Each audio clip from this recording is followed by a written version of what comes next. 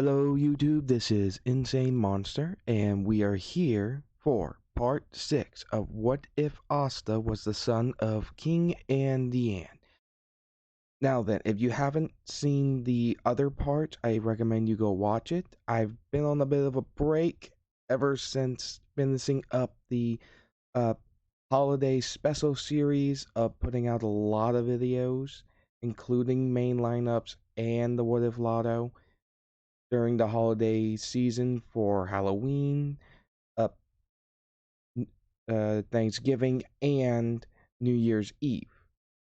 So yeah, it has been kind of busy for the last couple of months giving you guys videos, as well as working in my own life and such. So yeah, with that being said, hit it.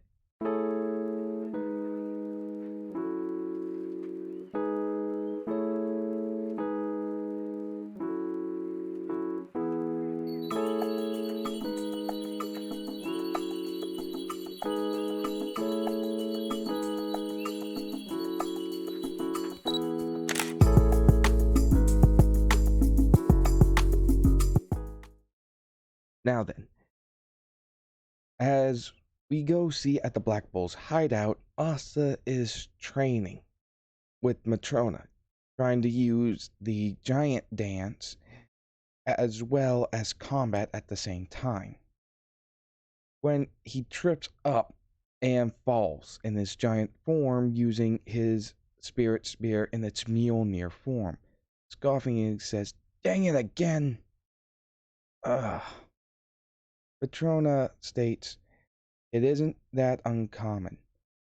Giants, due to their size, aren't very known to be graceful, as the dance that I'm teaching you is meant to be. But you seem to be gathering a large amount of mana from the ground. So there is that. And you're picking it up pretty well. Given time, you should be able to use the dance to gather mana while also simultaneously fighting. Unlike in that previous battle you were in with those third eye people. Your inexperience in using the dance in combat, especially that since it was the first time you had to use it for that, it's understandable that it wouldn't be perfect." With him saying, "Yeah, though those guys were pretty fast and strong too." He states, "Even with power, it can be overwhelmed through raw experience and combat instincts. These third eyes seem to be quite capable, and since you're not used to your giant form quite yet, it makes you more of a large target at the moment than anything."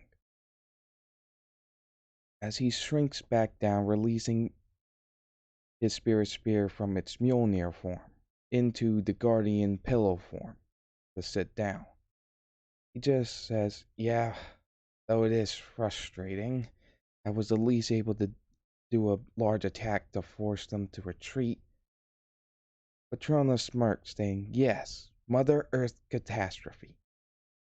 A signature move of your mother. Not. I wonder, can you also use Ground Gladius?" He smirks, stating, "Yeah, shouldn't be a problem."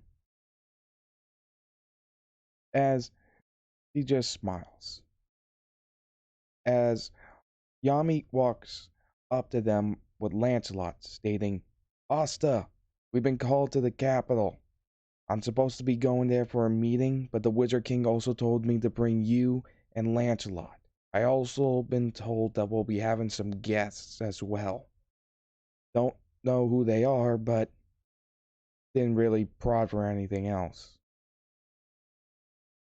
As Lancelot states, "Yeah, so come on, we gotta hurry." As Asta said goodbye to Matrona, he goes over to Yami and Lancelot, which Finro uses his spatial magic to make a door for them to go through to the capital.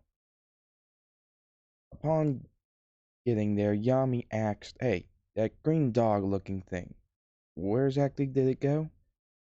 Asta scratched his head, saying, no clue. Oslo just went somewheres on his own.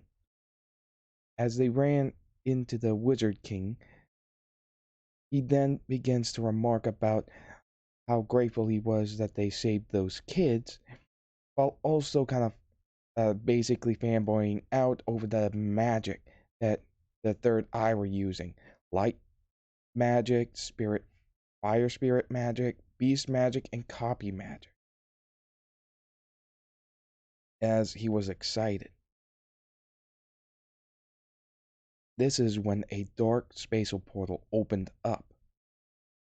As an individual walks out, revealing a woman with purple eyes and brown hair. Asta smirks, saying, Mom! With her waving. This is Diane in the more human side, which Yami then asks, okay, how are you doing that? You're a giant, aren't you? She smirks and pulls out a little vial, stating, it's because of these. They're used using pollen from a very special mushroom creature. And for a human, it would turn you guys doll size, but for a giant, it turns me human size. Which the Wizard King is now just kind of having his eyes sparkled because not only has he just found out that there's some kind of magical medicine that would allow a giant to become the size of a human, but he's now, but not to mention he can feel the amount of power radiating off of Diane, who is the current queen of the giants.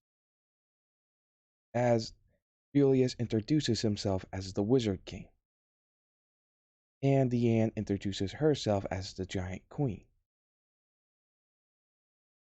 Which Mark then reminds Julius that they had something to do.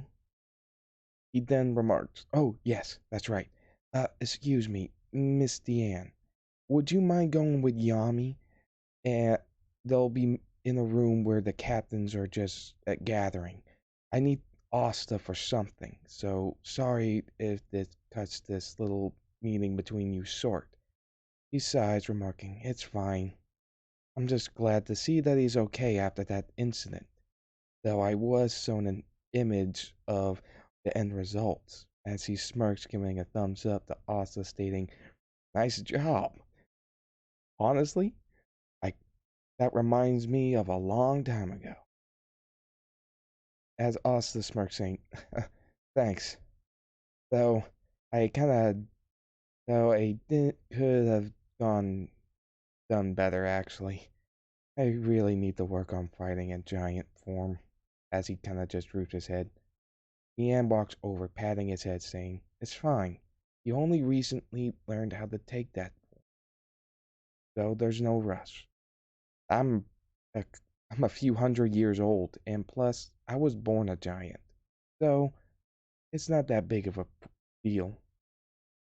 You're still doing far greater than what some would anticipate you to do. He smirks as his mother hugs him. As he sighs, remarking, all right, get going. He needs you for something. As Lancelot remarks, what about me? Julia states, you can do whatever.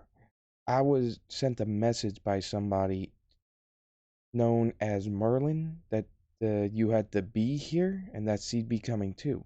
Ian had a surprised look, stating, Merlin? Really? I know what she's coming here for. With Yami stating, wait, Merlin is a she? Ian remarks, well, Merlin's not her actual name. Her real name isn't pronounceable by normal people. So she just ends up being called Merlin. With Yami just having a weird look on his face. And Leanne tells Lancelot, well, if she's coming, then you should stick around. Just don't get into too much trouble, okay? As he smirks, stating, alright. With Leanne stating, and don't try to swipe anything from anybody, okay? You do have some of your father traits, after all. With him flinching at this, stating, all right, all right.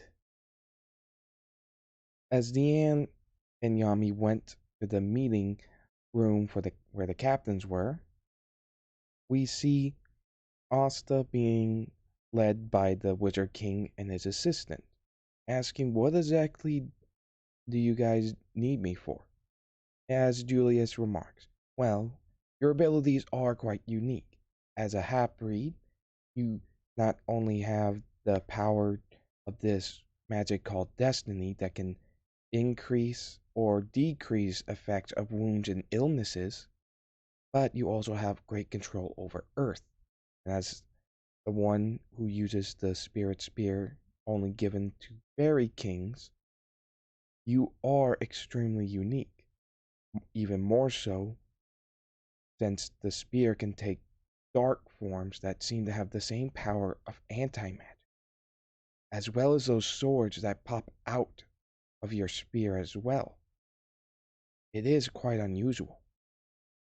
Perhaps it's the power of the spear itself, legend to be crafted by the tree of life that gives life to everything. That might be the only reason why the anti-magic can work with you, as well as not being able to kill you. He just scratches his head saying, alright, so guessing you need the anti-magic, right? But why? As he opens the door, revealing the two captives from the Eye of the Midnight Sun, remarking that their memories are shielded. And because of that, March can't use his memory magic to get any answers out of them. But you have anti-magic, which means, as he realizes what they want, stating, alright, I get it. As a demon slayer sword comes out of the spear and Asta grasps it. With the Eye of the Midnight Sun members starting to freak out, wanting him to get away from them with that sword. But he dispels the seal on their minds anyway, so while that's going on, we go over to the captain's meeting room, where Yami walks in with a girl, which Nozel actually recognizes her, though hasn't seen her in this size, as well as Charlotte remarking, wait, why is the giant queen that size, and why is he walking in with Yami? Why is he here? With Yami sitting down beginning to clean his sword, we have Rill asking her a question, like, who is she? She remarks that her name is Diane, the Giant Queen. Though Rill asks, you don't look like a giant. Why is that? She explains the same thing about the little magic medicine, though also remarks that she has a way of dispelling it, and with her enchanted clothes, that can change sizes based on, depending on, which size she is, because of the magical medicine that shrinks her. So yeah, as Charlotte's wondering if her and Yami are a thing, which this is not even close. But Charlotte's just tripping out internally. Though the same kind of conversation happens as in canon between them, as Captain Vengeance walks in, but this time accompanied by Yuno. As Deanne walks up to Yuno, asking, what are you doing here? Vengeance states, I was ordered by the Wizard King to bring him here as well. As Deanne looks at the scabbard on Yuno's side and smirks. So, have you learned how to use the Holy Tree Sword properly yet? He pauses for a moment and says, Sword, yeah, I learned how to use it pretty good with my wind magic. Even came up with some new spells. as he's rubbing the end of the handle. He smirks, stating, "Well, good then. I think it might have been a good idea that Helbram asked that you get his old sword. He remembered the fairy guide that can only be seen through the helmet and asked who he is and what's with them. He states that, well, a while ago his soul was in the helmet, but the helmet got destroyed. Later on, when Asta was born, a friend of mine named Merlin remade the helmet and was able to use some old magic knowledge about souls to bind his soul to a new helmet, keeping it in the same form as the old one." As he states, okay, but what exactly is this thing? It feels similar to a grimoire, but different. He states, well, yes, you can consider the Holy Tree Sword as a sacred treasure level item. It has a similar function to your grimoires. Since magic can only be used by someone in a certain amount, sacred treasures like this allows the user to release more magic than what they would normally be able to. Similar to my Warhammer Gideon, as well as Asta's Spirit Spear Gungnir. As he states, okay, that makes sense. As then they're asked to follow a staff member of the castle, telling them that they'll lead them to the Wizard King. As they walk down, asked if Asta was here. He states, yeah, she is, but the Wizard King needed him for something. Lancelot's here too, but he's just hanging around because Merlin's gonna be coming here. As he states, huh? Who's Merlin? Who exactly is this Merlin guy? She states, oh, Merlin's actually a girl. As he gets down, they all get down there and see the whole scene about the exposure of the captain of the Purple Orcas being revealed as a traitor. As then he tries to run using his transparent magic. Though Yuno and Asta are gone. As they have the similar speech about as in canon, and with Yami stating that Asta knows Key and will be able to find him. As we also hear Diane chime up stating yes, and the Spirit Spear and the Sacred Tree Sword are physical items imbued with magic, meaning even if magic itself passes through him because of its transparency magic, those weapons will still be able to hit him no problem.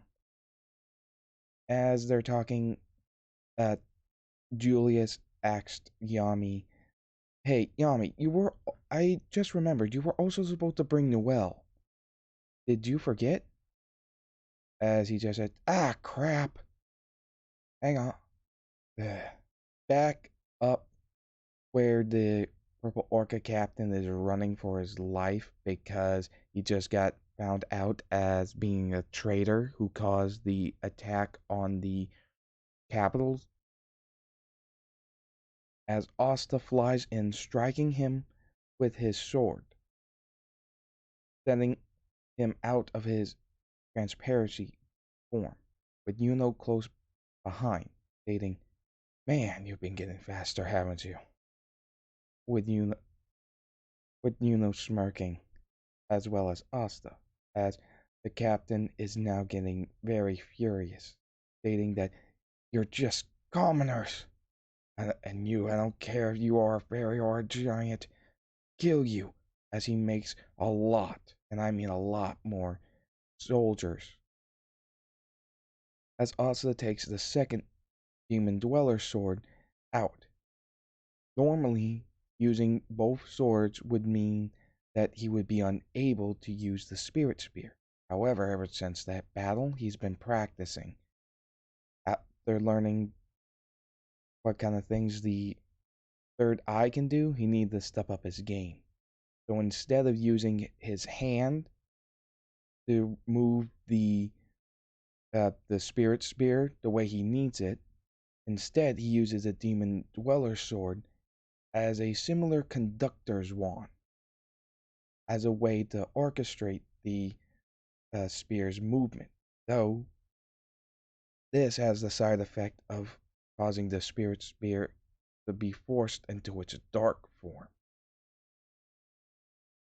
But with it, he's able to cut through plenty of soldiers. As Yuno also uses the Holy Tree Sword, splitting it apart and using his wind magic to cause it to not only spin like it could before with Helbrum, but make it go even faster. As the spirit of Helbrum inside the helmet sees what's going on, he smirks, stating, "I knew he'd be perfect for that sword." Cutting through all of the transparent night creations that the captain made, he starts freaking out, only to then be surrounded by colors as Grill shows up, imprisoning him into his picture magic, with him laughing. As the captains do show up, and Yami is on the little magic hologram call thing, telling Finro to get Noelle here right now, with Finro stating, "Wait, if you were why are you mad at me if you forgot to bring her? Just shut up and bring her here now." As he panics, stating, "Okay." After that, they bring Diane uses her earth magic to for the earth that the picture is part of, and pretty much levitate it back down into the dungeon, where Marks can use his memory magic to take a look. They did find out all of his crimes, which did really disturb the Magic Knight captains. And Diane even stated, "Man, this guy's a real scumbag, ain't he?" Also remarks, "Yeah, definitely." With Yuno following up with no question or argument about that. As Finro finally got to the capital, running into Lancelot asking where is Captain Yami. He states, "No clue, I've just been kind of relaxing here, waiting for something." As he states, "Alright, now I'm leaving Noelle with you." As Noelle's like, "Hey, wait, where are you going?" He states, "I'm leaving, not being around when Captain Yami is angry." With her face just in shock. As she sits down, Lancelot kind of smirks and laughs, with Noelle asking, "What's so funny?" He states, it's really, I just find it entertaining when people's hearts say one thing but their actions say another thing, but yet the same thing that their hearts say at the same time." With her saying, "Wait, what?" This is of course the tsundere effect. They're being aggressive, yet you can still kind of tell that they are liking the person they're being aggressive and mean to. But with him stating that and her piecing it together, she blushes and steam comes out of her as he states, "I am going to destroy you." Blasting some water at him, but he just simply dodges, since she has gotten better with her aim with that wand. Until somebody told them to stop and to meet up, since the Wizard King sent somebody to pick up Lancelot and Noelle. As they go to where they are supposed to be going, Captain Vongen states that he has some business to take care of and tells Yuno to return back to the headquarters when the Wizard King is done with whatever they need him for, as he leaves, revealing that it's actually Raya in disguise. And going back to the hideout, checking on everybody and filling them in, especially about that new trick that the future fairy king and future giant king as well has learned, noting that he will probably be even more troublesome now, with Beto stating, huh, he isn't necessarily our target. If he's getting better, then that just means he'll survive better than those humans. I, I'm not really against that, but if he gets in our way, I will kill him. With Fauna stating, yes, we'll kill him. I hate him for helping in what they've done to Licht. Looking at Licht inside the little capsule thing where he's being healed. So, yeah.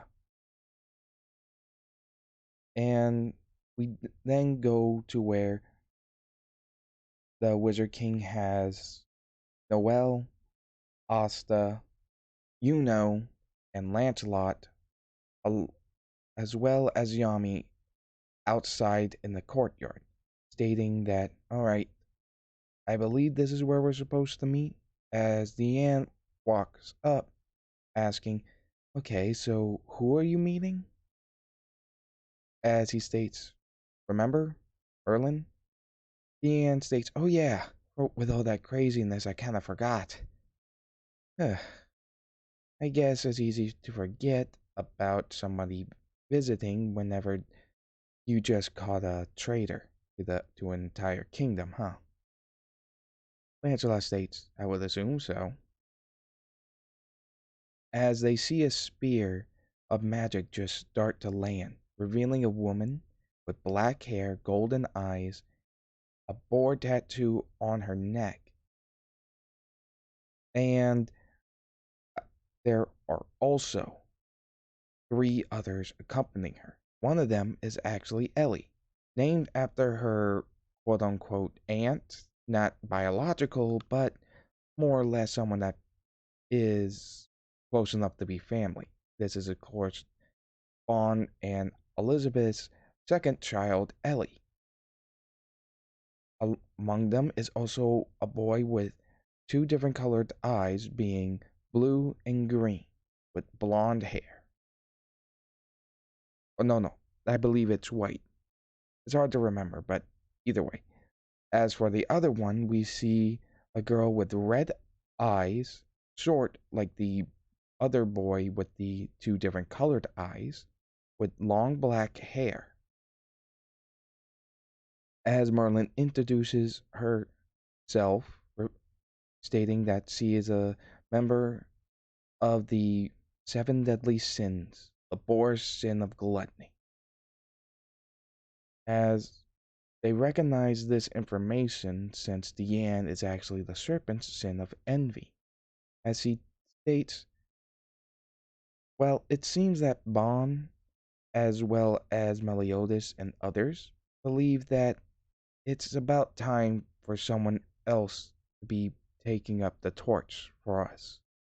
Looking at Diane, he thinks, wait, do you mean, as he looks at the people that she brought, as well as the ones that she sent a message to the Wizard King to bring, she states, you're going to make them the next generation of sins? As he smirks, remarking, yes, I am.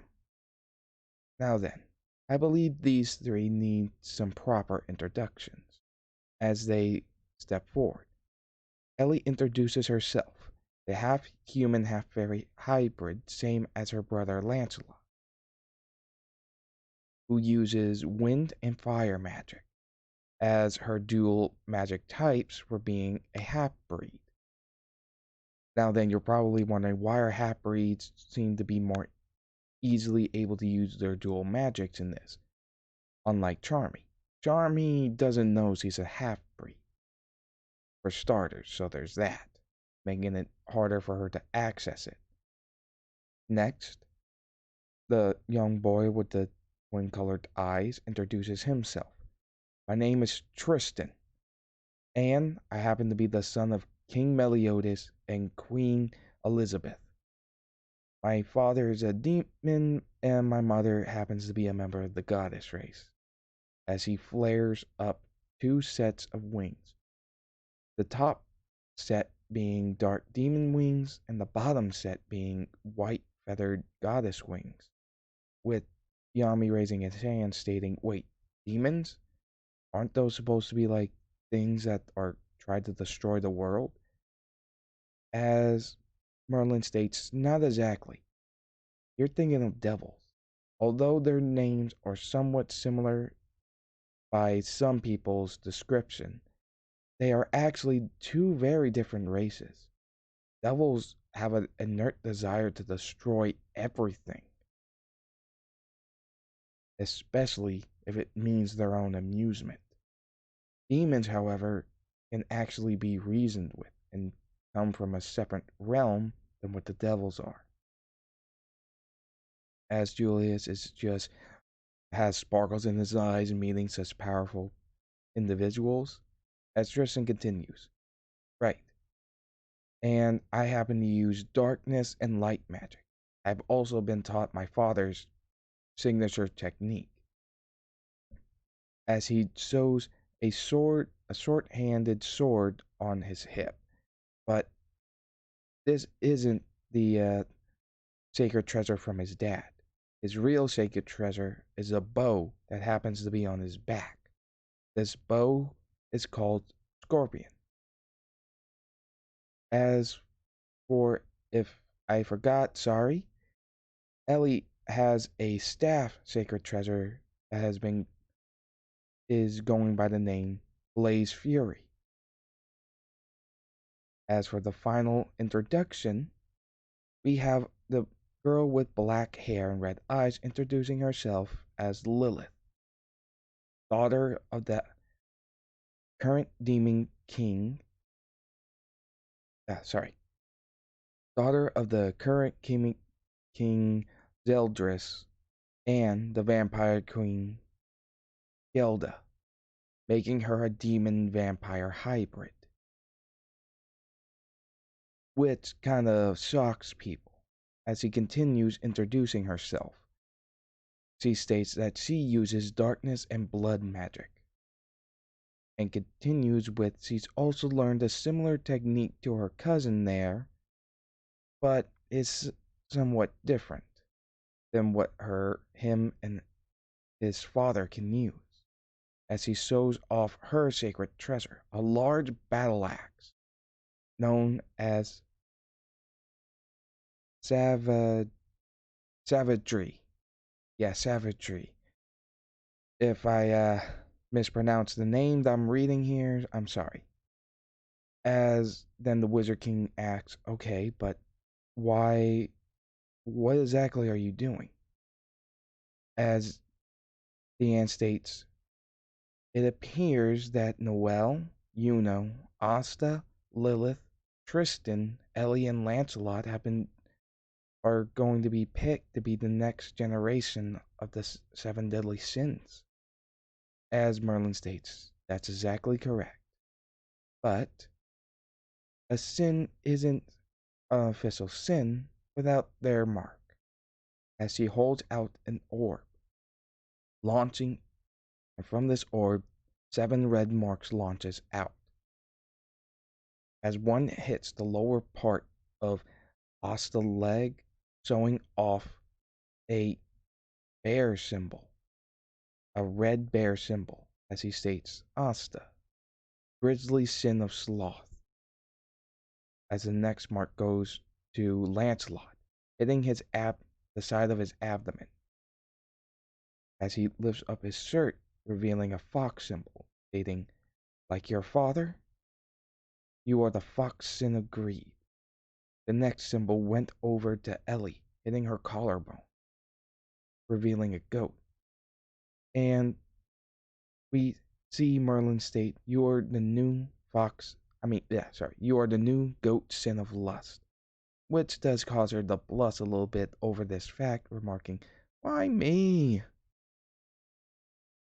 As for the next one, the mark goes to Tristan's arm, as he inherits his father's mark, the dragon sin of wrath.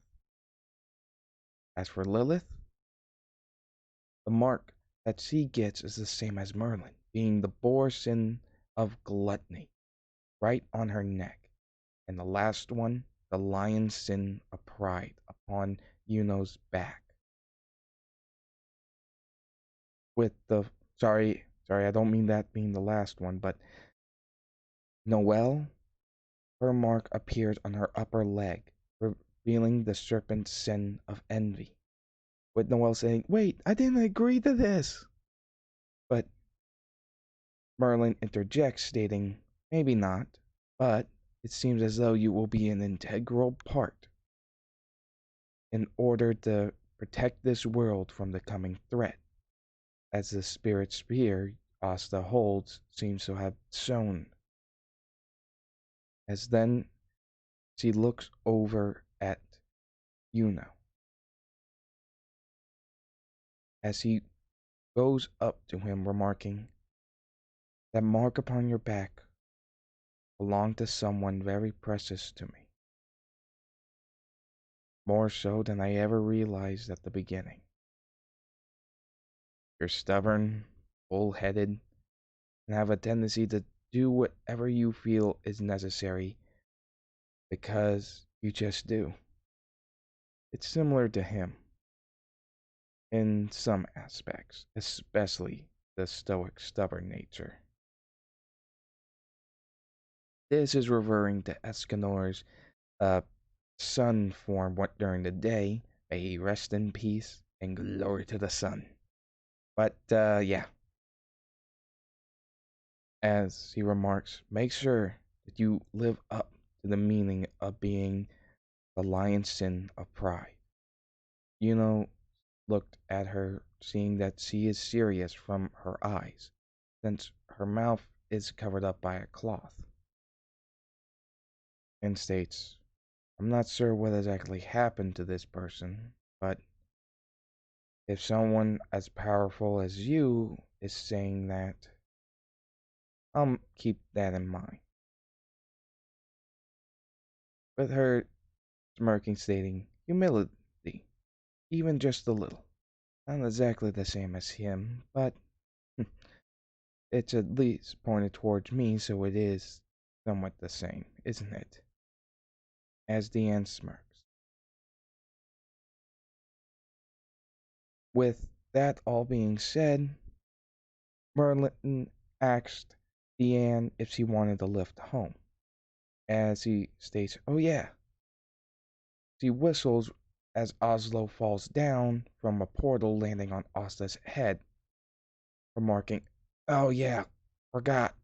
Guess you were with Mom, huh? You had to bring her?" With the dog just barking.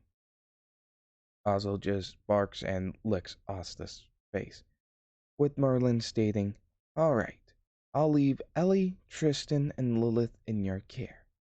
Please do watch over them for now, and I'm sure they'll be of great help in the coming battles."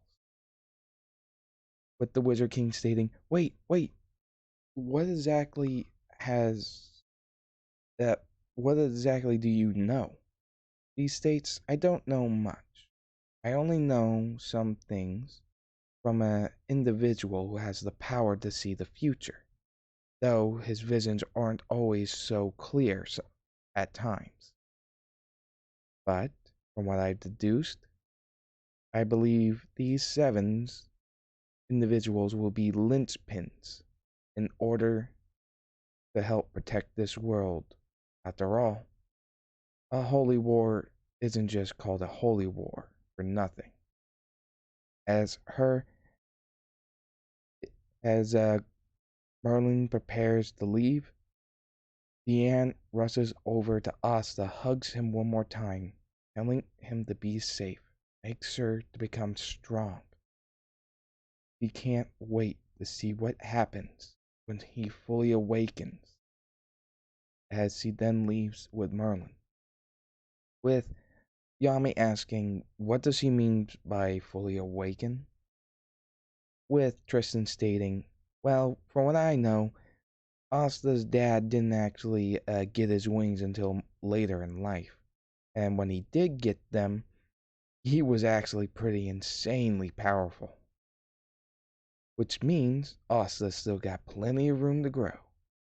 As Asta, Noelle, and Yuno were interacting with Lilith, Ellie, and Tristan, who just arrived, as Julius pulled Yami to the side and asked if he could take the three that they just brought, since bringing individuals who are half of multiple, who are half races other than human, especially considering only one of them is half human, it might cause some trouble within the other Magic Knight squads, as he sighs, scratching his head, remarking, alright, but you owe me one.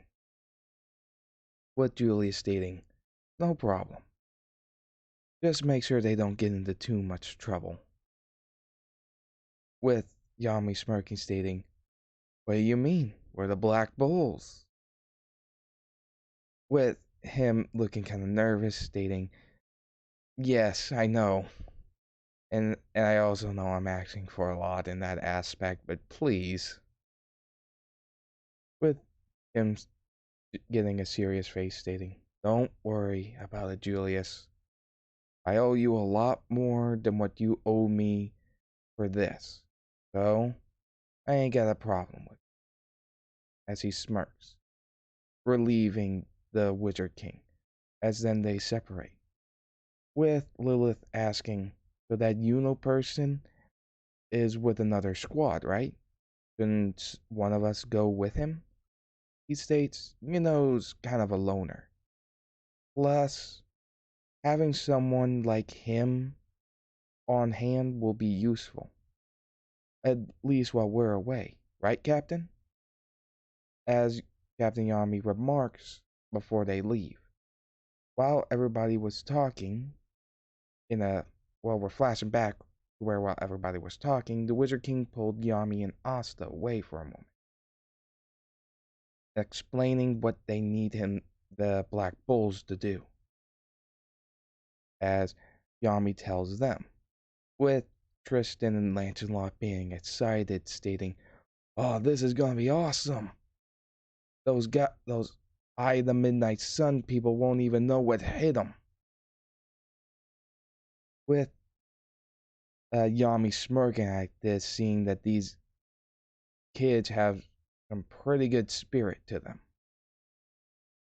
As they head back to the Black Bull's hideout, which then Yami chews out Finral for not meeting him at the capital when he told him to bring Noelle, causing Finral to run for it. With the three new members who are currently going to be Black Bulls for the moment, receiving their robes, and also finding it kind of entertaining with the crazy people that they're going to be living with now. So yeah, this was part 6 of What If sorry about that. What if Asta was the son of King and Diane? I do hope you enjoyed. Sorry if I messed up a few names. I did introduce some people that did not, that are coming into the stories, and one or two that only pop up every now and then. But either way, I do hope you enjoyed. Please remember to like, comment, and subscribe, and make sure to hit that notification bell and set it to all so that you're properly updated for whenever I upload a new video. So, with all that said, hope you enjoyed, and see you later.